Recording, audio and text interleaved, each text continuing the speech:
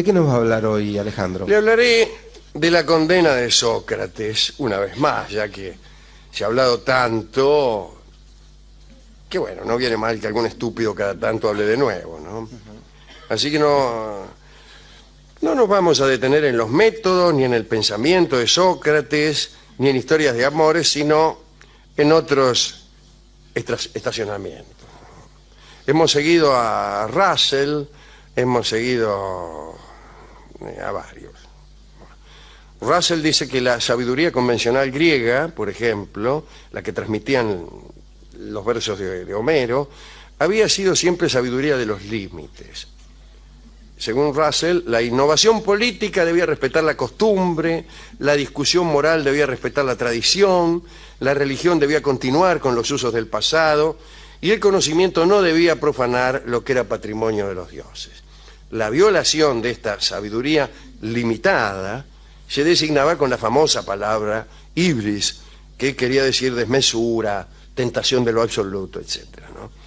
Esto no era del todo así, por mucho que lo diga Russell, pero bueno. En cualquier caso, los sofistas, que eran justamente habían convertido la hibris en programa, eran vistos muchas veces como responsables de las calamidades que sufría Atenas. Heráclito había despreciado la sabiduría de los ancestros, digo por nombrar a uno, y no había vacilado en tratar a Homero de charlatán. Todas estas cosas a los griegos les parecían terribles. A los sofistas como Protágoras no les temblaba la voz cuando decían que había que investigar a la naturaleza sin preocuparse de los dioses. Pero por ahí, contrariamente a lo que dice Russell, esos son los griegos.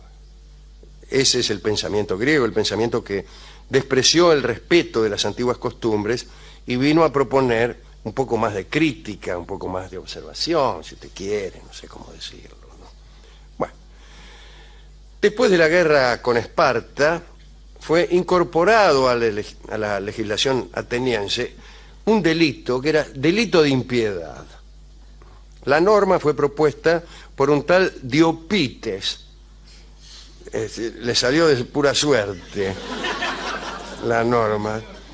Allá por...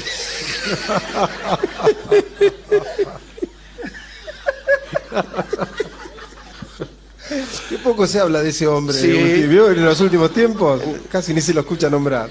Hace mucho que no lo escuchaba. Bueno, Diopites, allá por el año 432 a.C., propuso esta norma que consistía en perseguir o dictar persecución para los que buscaban explicaciones naturales de fenómenos que hasta entonces habían sido considerados divinos. Y el primer acusado fue nuestro amigo Anaxágoras, y fue condenado a muerte. Desde luego no se cumplió esa condena. Anaxágoras huyó de la ciudad, de modo que no pudieron matarlo.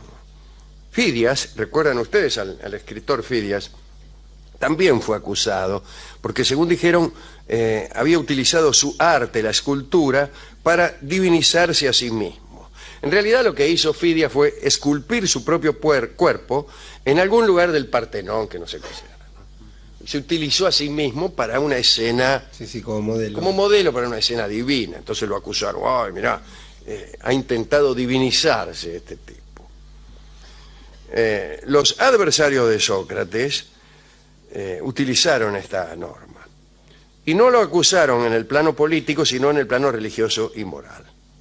La imputación que se le dirigió en el 399 a.C. fue de impiedad pública, impiedad respecto de los dioses y corrupción de la juventud.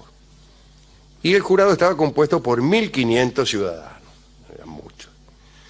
Entre los observadores, tomando notas, estaban nada menos que Jenofonte y Platón.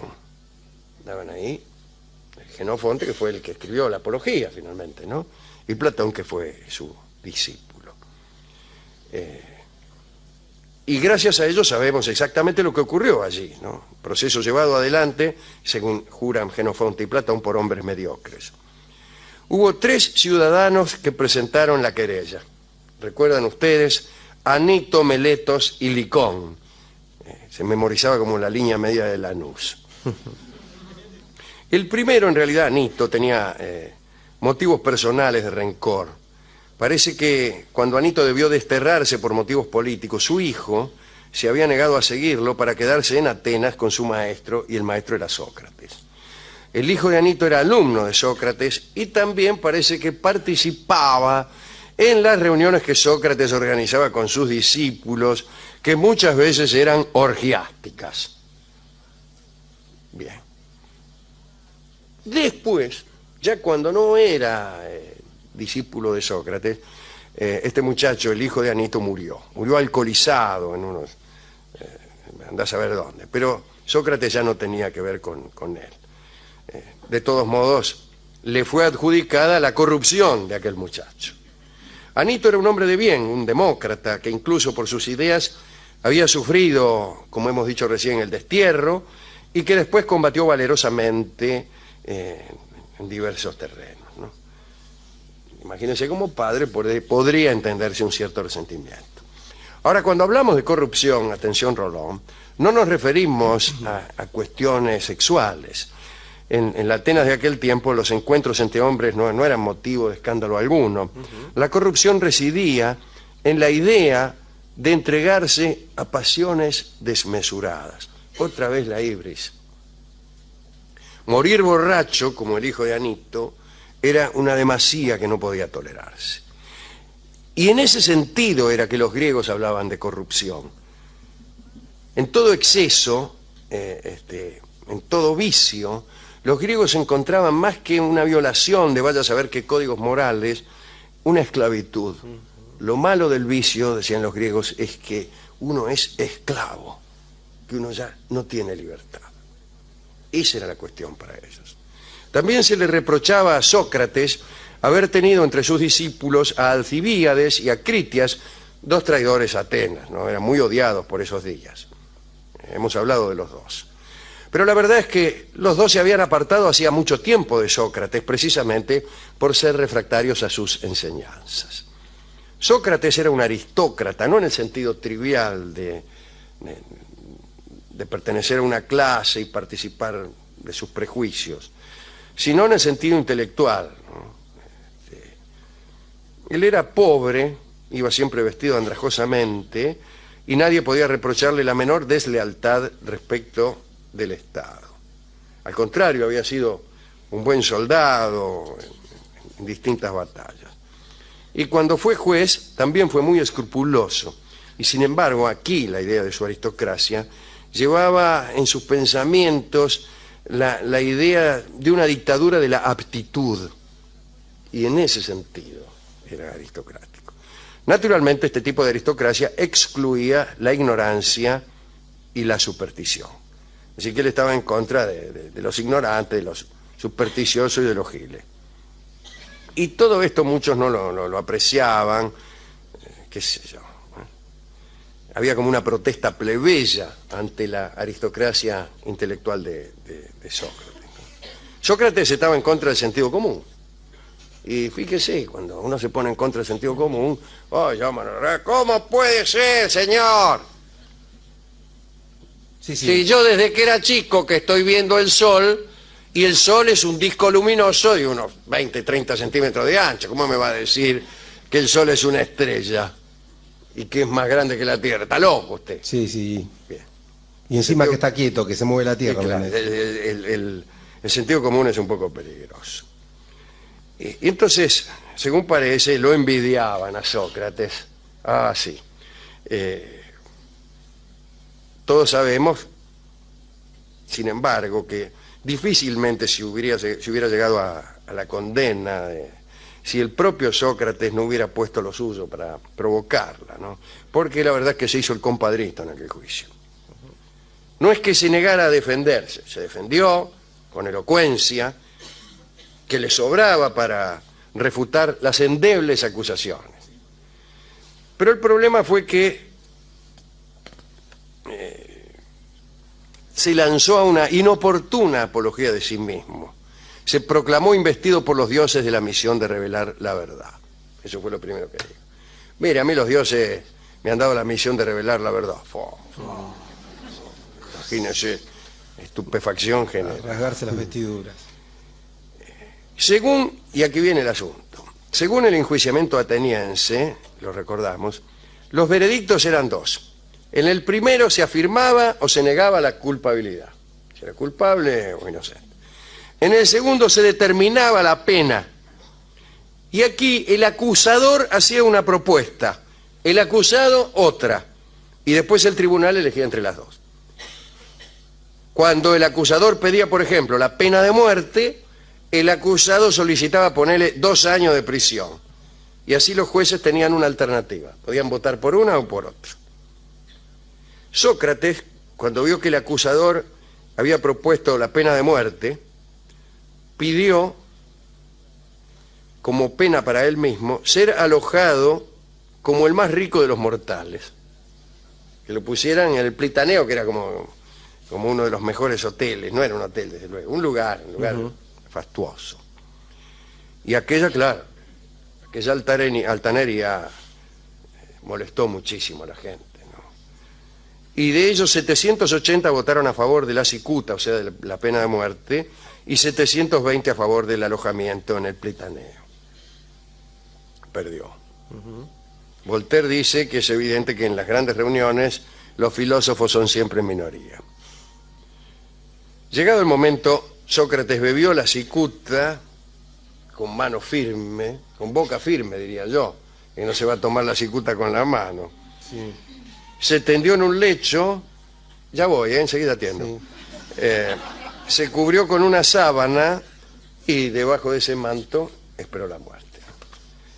Los discípulos lo lloraban, por ahí, como bien sabemos, un ratito antes de morir, le dijo a su amigo Critón su última y famosa declaración: le debemos un gallo a Asclepio, no olvides de pagárselo. Sobre el verdadero sentido de este gallo para Esculapio se ha hablado, pero muchísimo, ¿no? Lo que él habrá intentado es llamar la atención trayendo a colación un asunto secundario en un momento tan grave como el de la muerte. Siempre es muy elegante eso. Traer a colación un asunto secundario en el momento de la muerte es elegante. Cuando no tedioso, ¿no? Porque las películas americanas suelen abusar de eso. Sí, todo el tiempo. El héroe moribundo que hace un chiste. Se está muriendo y hace un chiste. Creo que no te acompañaré mañana al béisbol, yo.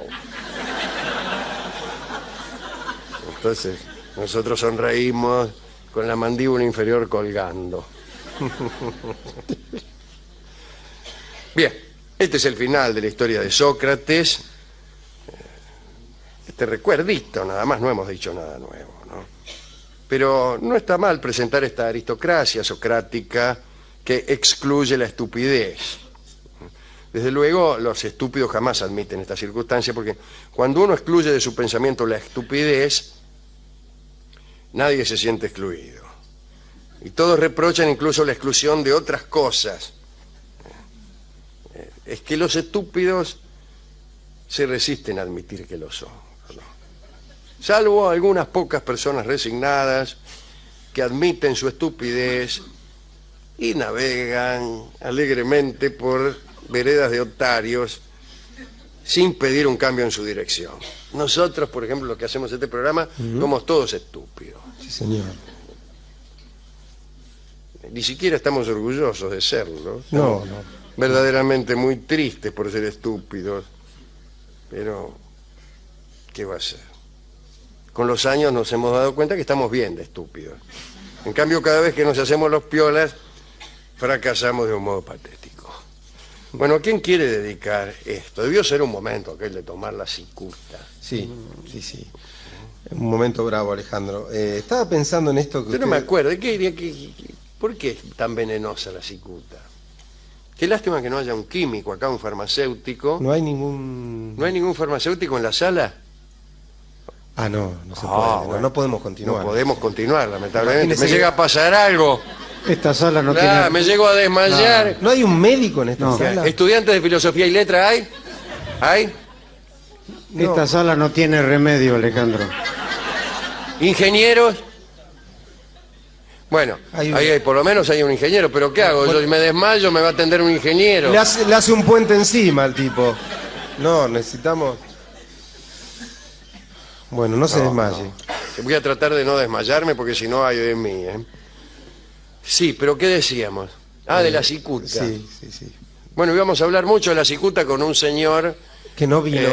farmacéutico que contábamos con encontrar aquí entre el público, pero hay, qué sé yo, 300 personas y ni un solo farmacéutico. Sí. Es grave eso, ¿eh? ¿Cómo se dice? ¿Farmacéutico o farmacéutico? Farmacéutico. Yo no sabía. No, yo tampoco.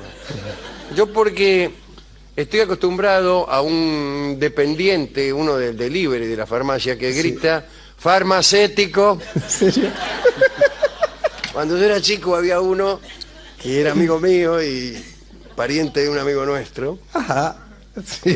que venía a mi casa a traer El remedio. fenómeno, amigo mío. Y gritaba, no farmacia ni nada, no, farmacéutico. Extraordinario, ¿eh? Qué lindo. Y estaba bien, farmacéutico, que es el que atiende la farmacia.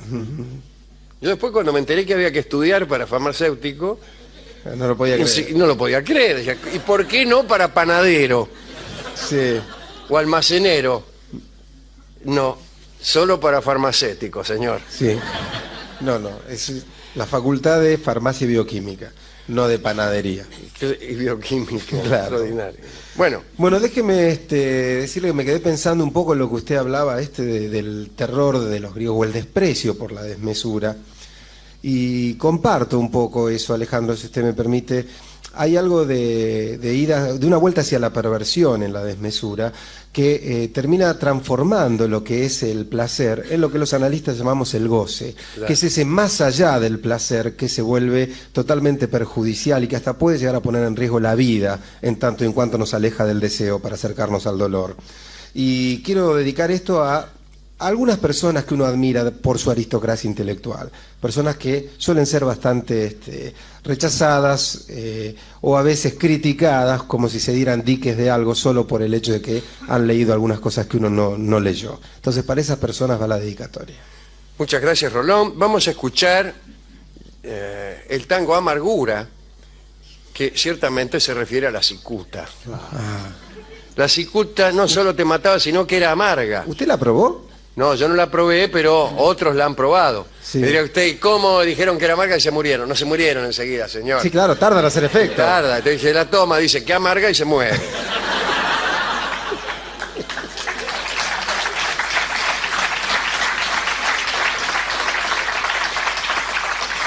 Escucharemos el tango Amargura en la clásica versión de don Carlos Gardel. Adelante.